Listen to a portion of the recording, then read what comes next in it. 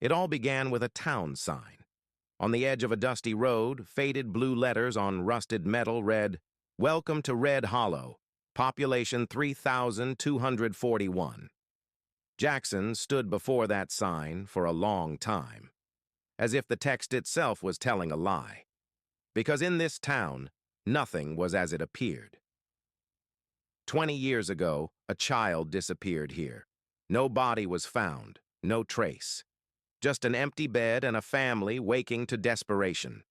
The town fell silent. Everyone was silent. The police were silent. The school was silent. The neighbors were silent. Even time itself fell silent. And that child vanished as if he had never existed at all. But now, 20 years later, a man returned. Strange, isn't it? The same eyes, the same dimple, the same birthmark. But no one wanted to believe it was him, because if it really was him, it meant someone had been lying all these years. Part 1. The Return. The taxi pulled away, leaving Jackson alone on Main Street with nothing but a small duffel bag and the weight of 2 decades pressed into his shoulders. Red Hollow hadn't changed much. Same cracked sidewalks, same faded storefronts, same heavy silence that seemed to hang in the air like fog. He ran his fingers over the birthmark on his wrist, the distinctive shape that resembled a crescent moon. The mark that should have been his proof. His passport back into a life stolen from him. 20 years ago, 7-year-old Jeremy Collins vanished without a trace. Today, 27-year-old Jackson Collins had returned. His first stop was the diner where his mother had worked for 30 years. Through the window, he saw her, older, grayer, but unmistakably Sarah Collins, moving between tables with the same graceful efficiency he remembered from childhood. He watched her for nearly an hour before finding the courage to enter. The bell above the door jingled, and several heads turned, not hers. She was pouring coffee for an elderly man in the corner booth. "Be right with you," she called without looking up. Jackson chose a seat at the counter, hands trembling slightly as he picked up a menu. When she finally approached, notepad ready, her customer service smile firmly in place, he looked directly into her eyes. "Hello, Mom." The coffee pot slipped from her fingers, shattering on the tile floor. Coffee splashed across her sensible shoes as she stared at him with widening eyes. "I don't know who you are," she whispered, "but you need to leave, right now." "It's me. It's Jeremy." The diner fell silent. Every face turned toward them. "My son has been dead for 20 years, she said, voice breaking. "How dare you?" An older man emerged from the kitchen, wiping his hands on a towel. Bill, the owner. "Sarah, everything okay out here?" "This man needs to leave," she said, backing away. "Mom, please. The birthmark—" Jackson pushed up his sleeve, revealing the crescent moon on his wrist. "Just look." She glanced down, and for a moment something flickered across her face. Recognition, fear, hope. But then Bill was there, his hand firm on Jackson's shoulder. "I think it's time for you to go, son." "I'm not your son," Jackson said quietly, "but I am hers." 10 minutes later, he was back on Main Street. His return to Red Hollow was going exactly as expected. Doors shut in his face, accusations of cruelty, of insanity, of fraud. But he hadn't come back for a warm welcome. He'd come back for the truth. Part 2. Buried Secrets. Jackson took a room at the Riverbed Motel on the outskirts of town. On the bed, he spread out his research, newspaper clippings about his disappearance, police reports, and photographs. He studied the last known photograph, taken the day before he vanished. Jeremy and his best friend, Danny Winters, arms around each other's shoulders outside Red Hollow Elementary. A knock at the door startled him. "Who is it?" he called. "Police," came the response. "Sheriff Cooper." "Mind if I come in?" Cooper entered, scanning the room with practiced efficiency. Got a call from Bill down at the diner. Said you were harassing Sarah Collins, claiming to be her dead son. Not dead, Jackson corrected. Just missing. Look, son, I don't know what your game is, but this is a small town. People here have been through enough. Jackson sat on the edge of the bed. I'm not playing any game. I'm Jeremy Collins. Jeremy Collins disappeared 20 years ago, one of the most thorough investigations this county has ever seen. Was it? Jackson asked quietly. Thorough? Jackson pulled out a folder. 1998. Tommy Lancaster goes missing while hiking. 2003, Melissa Chen runs away. 2007, infant abducted from regional hospital. 2012, David Marshall vanishes on Route 17. He closed the folder. Red Hollow has quite the history with disappearances. How do you know about those cases? Because I've spent the last 3 years researching this town, ever since I got away. Got away from what exactly? From Marcus Shaw.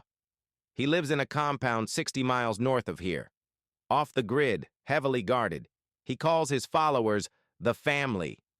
But it's a cult.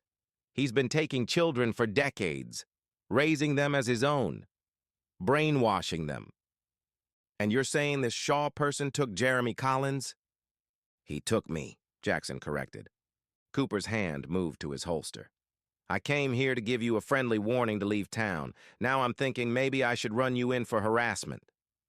Go ahead, Jackson challenged. Arrest me, take my fingerprints, run them against 7-year-old Jeremy Collins. Medical records should still exist, too. Cooper dropped his hand from his weapon. You have 24 hours to leave Red Hollow. After the sheriff left, Jackson received a text from an unknown number.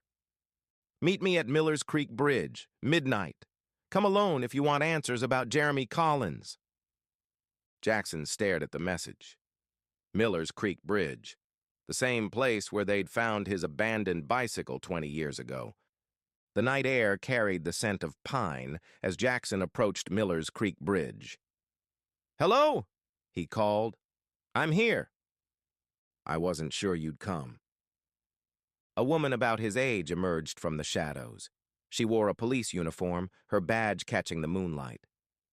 Deputy Lisa Warren, she introduced herself. And you're claiming to be Jeremy Collins? I am Jeremy Collins. She studied him. You have his eyes. You knew me? I was in your class. 3rd grade with Mrs. Denton. A ghost of a smile crossed her face. And after you disappeared, my father led the search party for 3 weeks straight. Your father? Chief Warren. He was sheriff before Cooper. He never believed you ran away or drowned accidentally. He was convinced someone took you.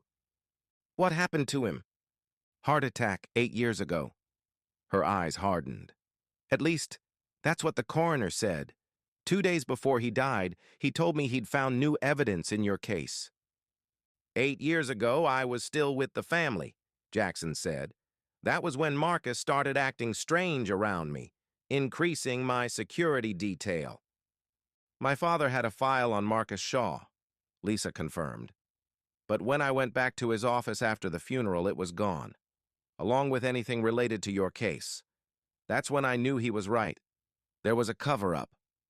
Why did you reach out to me? Why risk your job?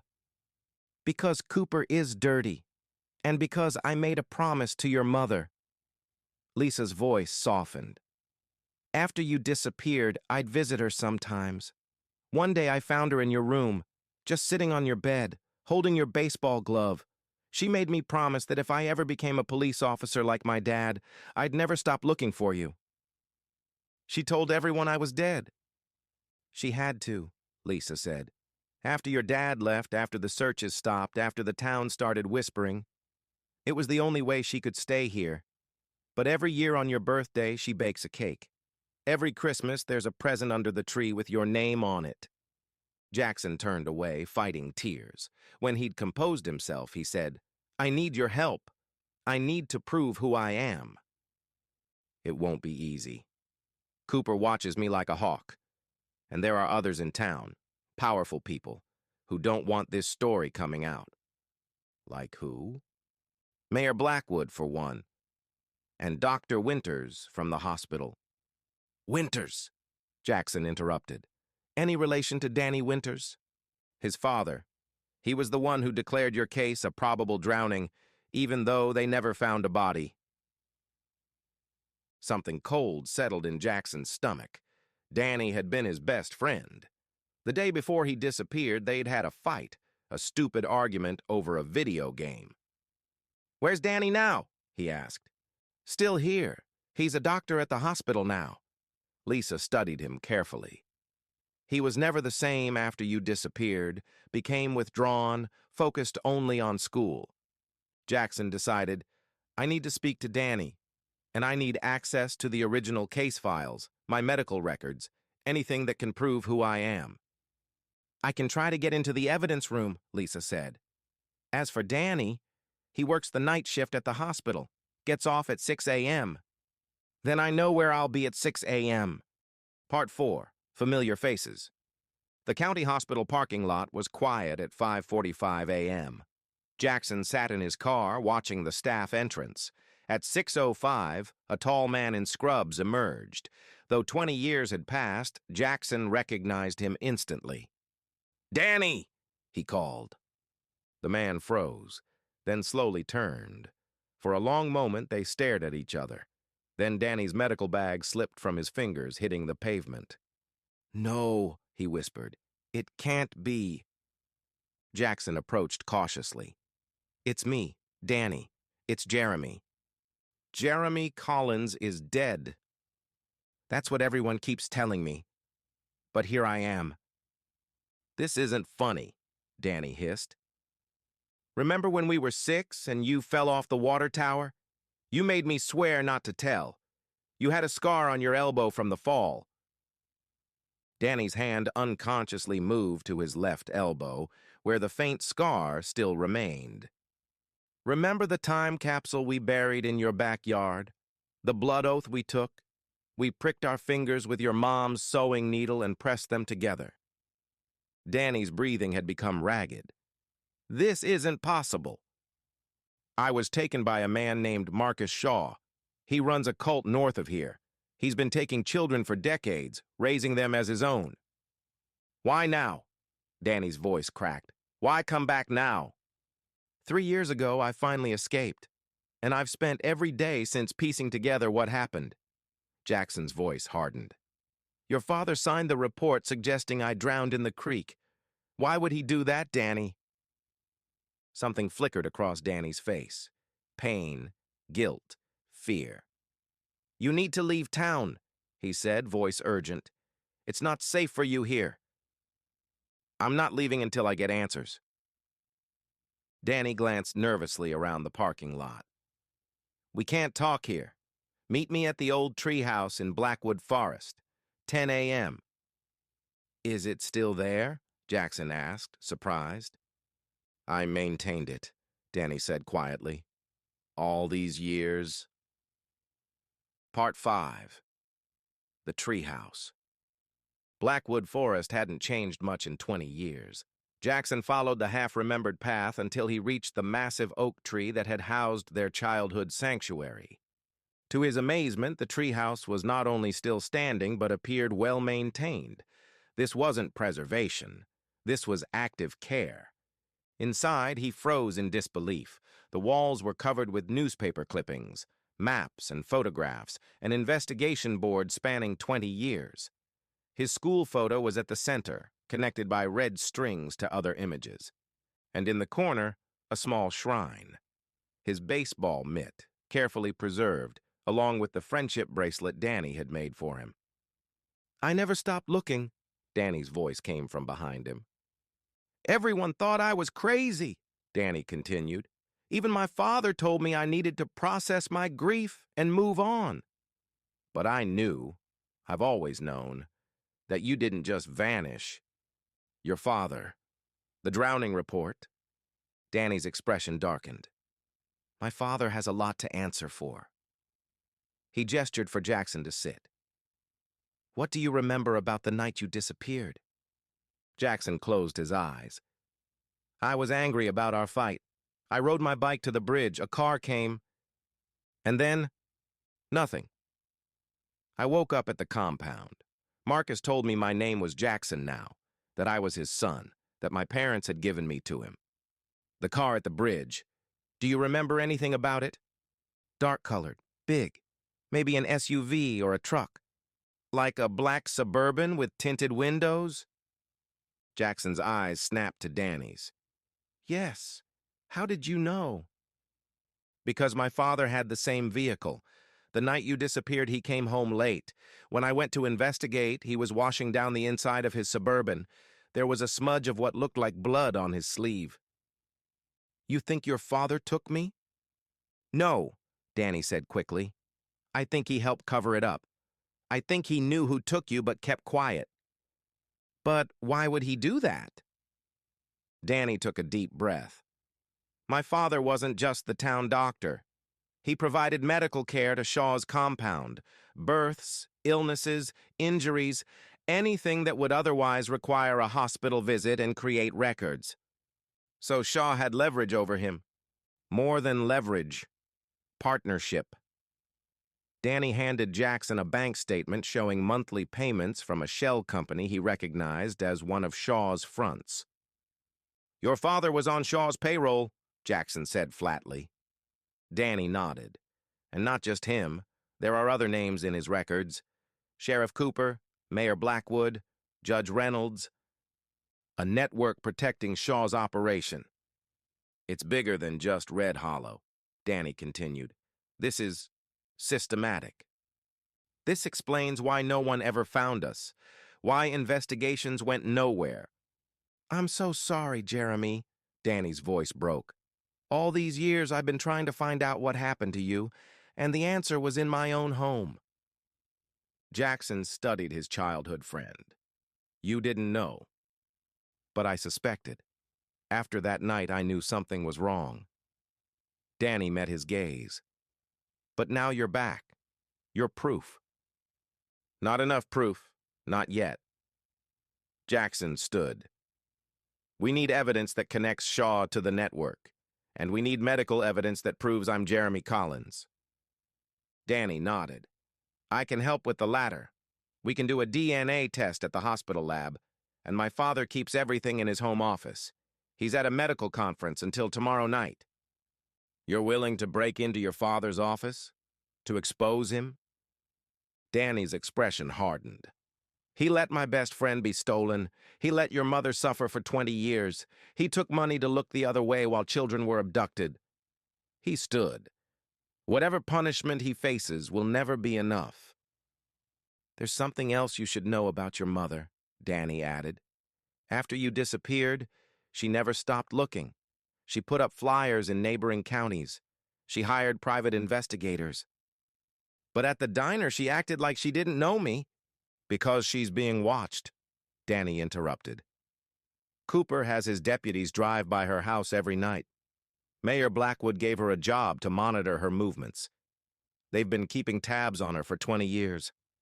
As they sealed their pact to expose the truth, neither noticed the small red light blinking in the corner of the treehouse, a security camera installed years ago by a father who never fully trusted his obsessed son. Part 6. Confrontations.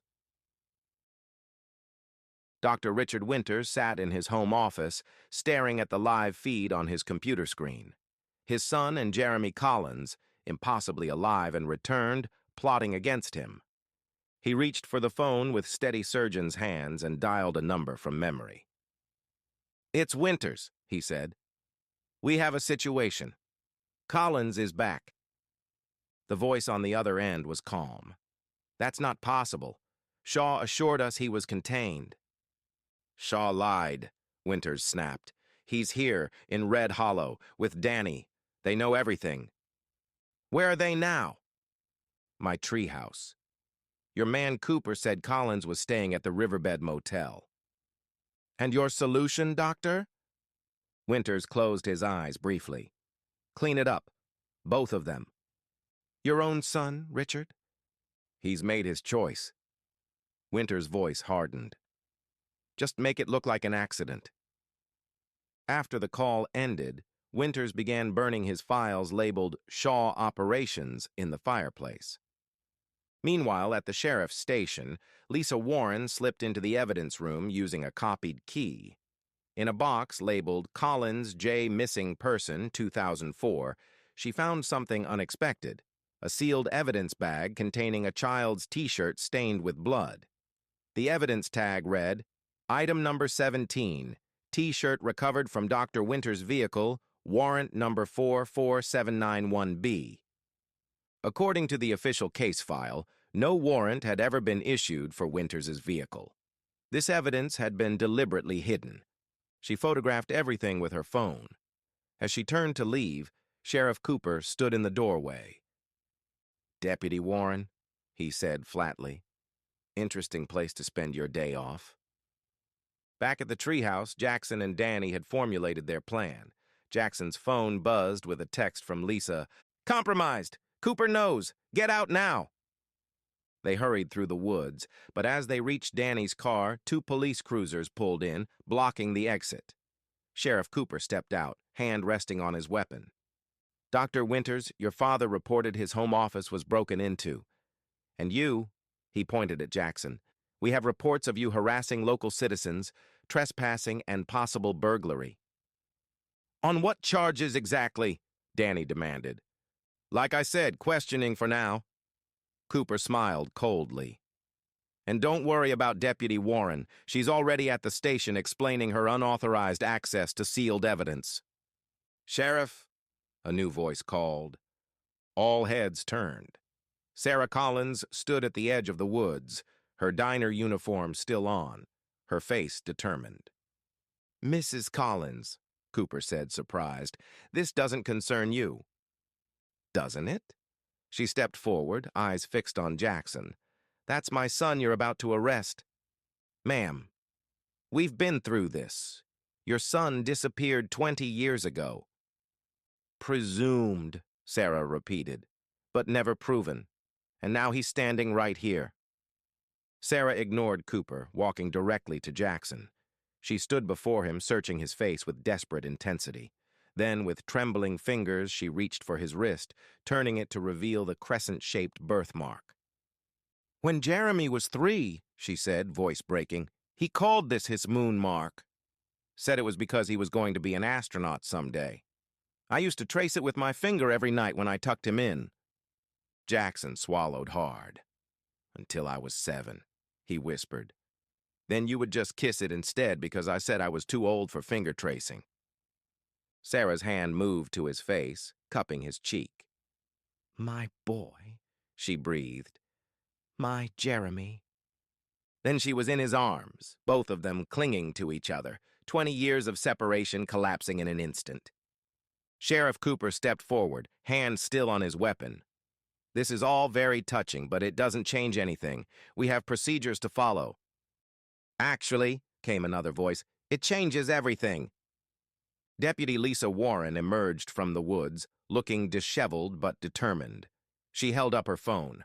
"I just sent every piece of evidence I found to the state police, including this." She pressed play on a recording of Dr. Winters. "Clean it up. Both of them. Just make it look like an accident." The deputies exchanged uneasy glances. Cooper's face darkened with rage. "You broke into Winters' home?" he demanded. "No," Lisa replied calmly. "I installed recording devices in his office months ago as part of an ongoing investigation. State police are already on their way, along with FBI agents interested in interstate child abduction." Cooper's hand fell away from his weapon as reality dawned on him. "The others," Jackson said urgently. "There are still people at Shaw's compound. Children." "The FBI has a tactical team assembling," Lisa assured him. "They've been building a case against Shaw for years, but could never get enough evidence to secure a warrant." "Until now," Danny added, looking at Jackson with relief. Sarah hadn't let go of her son's arm. "Is it over?" she asked. "Really over?" Jackson looked from his mother to Danny to Lisa, allies he couldn't have imagined having 24 hours ago.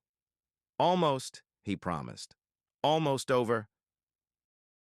Part 7. Justice and Reunion. The next 48 hours passed in a blur.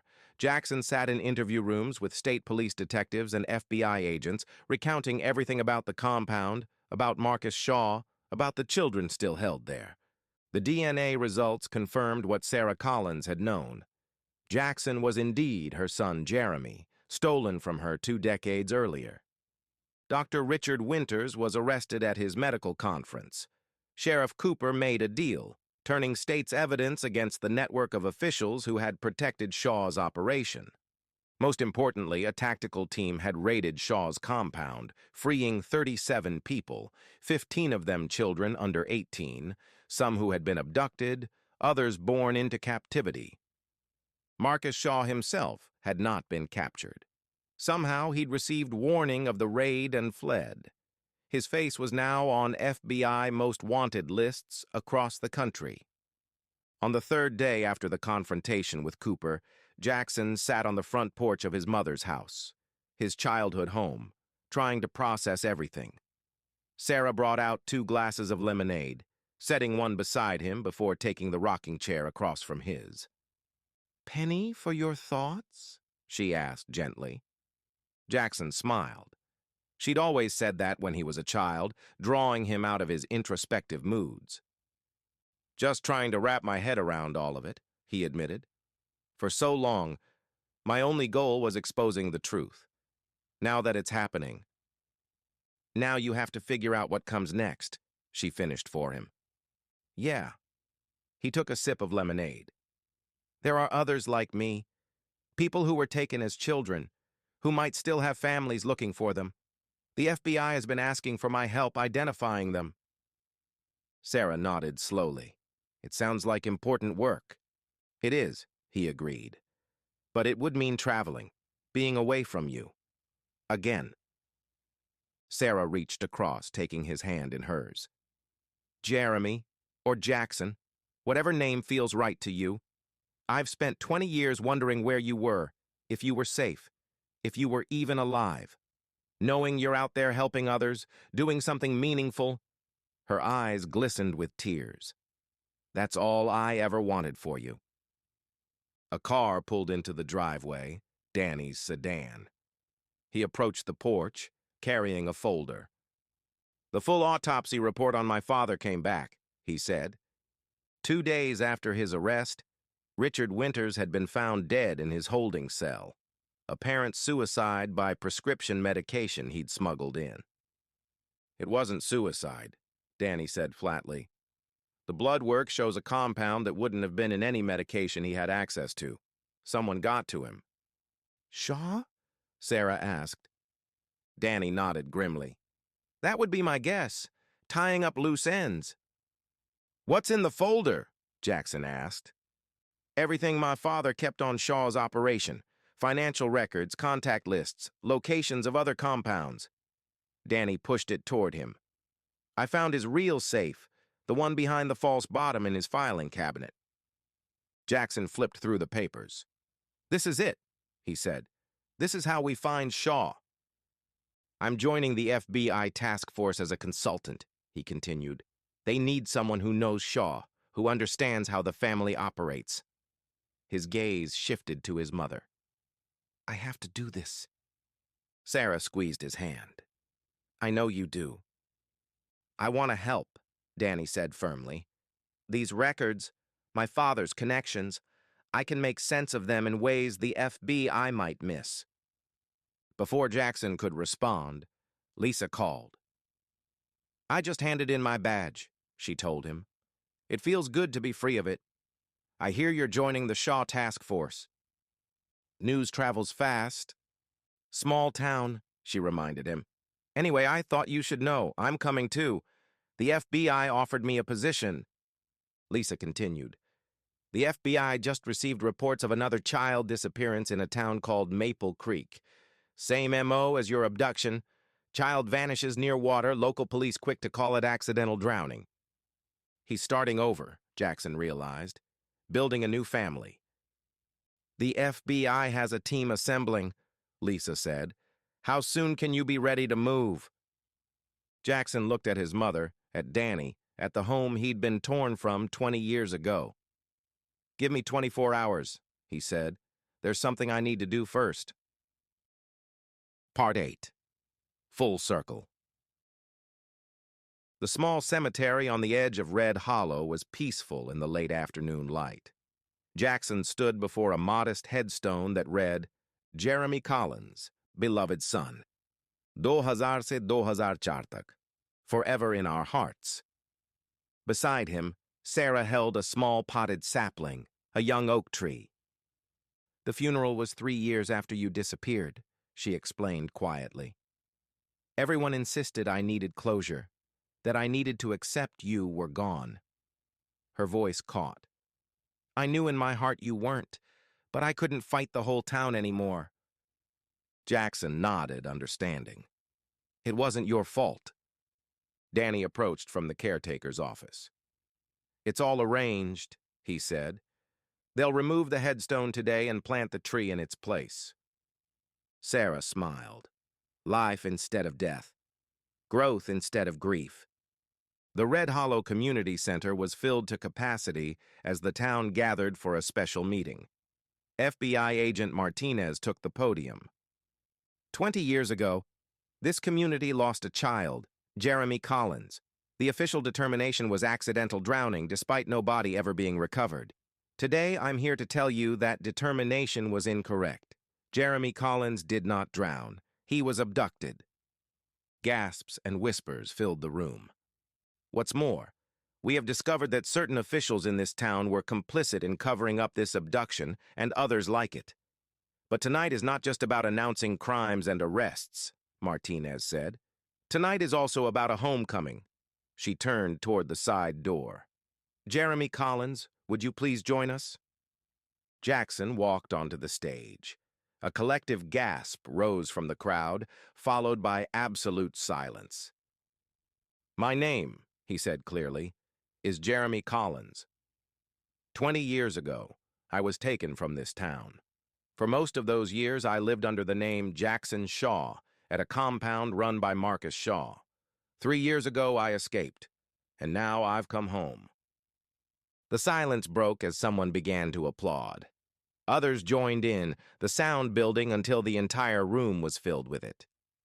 I'm not here just to tell you my story. I'm here because what happened to me wasn't an isolated incident. Children have been disappearing for decades, their cases dismissed as runaways or accidents. The FBI has established a task force to investigate these cases, to find these children if possible. I'll be working with them. His gaze swept across the room. Some of you suspected something wasn't right about my disappearance. Some of you may have heard rumors, seen things that didn't add up. Now is the time to come forward. After the presentation, an elderly woman pushed through the crowd. Mrs. Denton, his third-grade teacher. Jeremy, she said, her voice wavering. I always knew you were too good a swimmer to have drowned. She reached up to touch his face. You have the same eyes. Always thinking, always watching. As the evening wore on, Jackson watched his mother across the room, surrounded by friends. He saw Danny speaking earnestly with former classmates, explaining his father's involvement with visible pain but unflinching honesty. It's overwhelming, he admitted. All these people from my past, it's like stepping into a photograph that's come to life. The FBI team is ready to move out tomorrow, Lisa said. Are you still coming? Jackson nodded. I need to see this through. For all the others still out there. Shaw is dangerous, more so now that he's cornered. I know. Jackson's expression hardened. But he doesn't know me. Not really. He raised Jackson, the obedient son. He's never faced Jeremy, the man who's going to bring him down. Epilogue, 1 year later.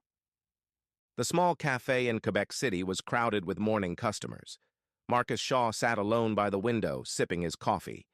After a year on the run, paranoia had become a constant companion. His empire had crumbled so quickly, all because of one boy who refused to stay disappeared. A shadow fell across his table. Shaw looked up and froze.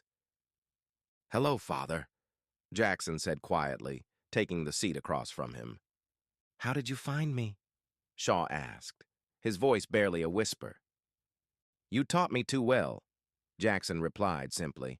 "The very skills you trained into me became the tools I used to track you." Shaw's shoulders slumped. "What happens now?" "Now you face justice. For me.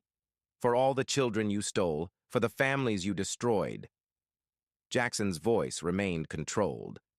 27 children have been reunited with their families. 15 adults who were taken as children have reclaimed their true identities. Your entire network has been dismantled. "You could have been my successor," Shaw said. "Instead, you destroyed everything." "I rebuilt everything," Jackson corrected. "Lives, families, futures." As agents entered the cafe, Shaw's mask fell away.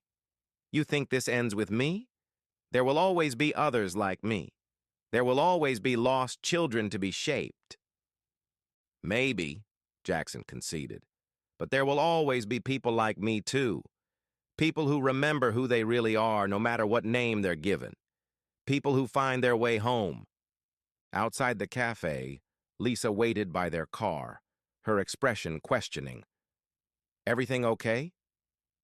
Jackson nodded, taking her hand. "Everything's okay?" 3 days later, Jackson stood on his mother's new porch in Oregon, watching as Sarah showed Danny and his fiancée the garden she'd planted. Lisa was inside, talking with her mother about wedding details. Friends and family gathered to celebrate not just the capture of Marcus Shaw, but the life they had all built together in the aftermath of darkness. The wooden sign hanging beside the door read, "Welcome to the Collins Warren home," and underneath, in smaller letters, "Where lost things are found." Jackson traced the crescent birthmark on his wrist, no longer a reminder of what he'd lost, but a symbol of who he had always been. He'd come full circle and found himself waiting at the end of the journey. Not Jeremy, the lost boy, not Jackson, the captive son, but the man he had chosen to become. The sun was setting, painting the sky in gold and crimson. But this time, there were no shadows hunting him, no secrets weighing him down, only the future, wide open before him, and it was beautiful. The end.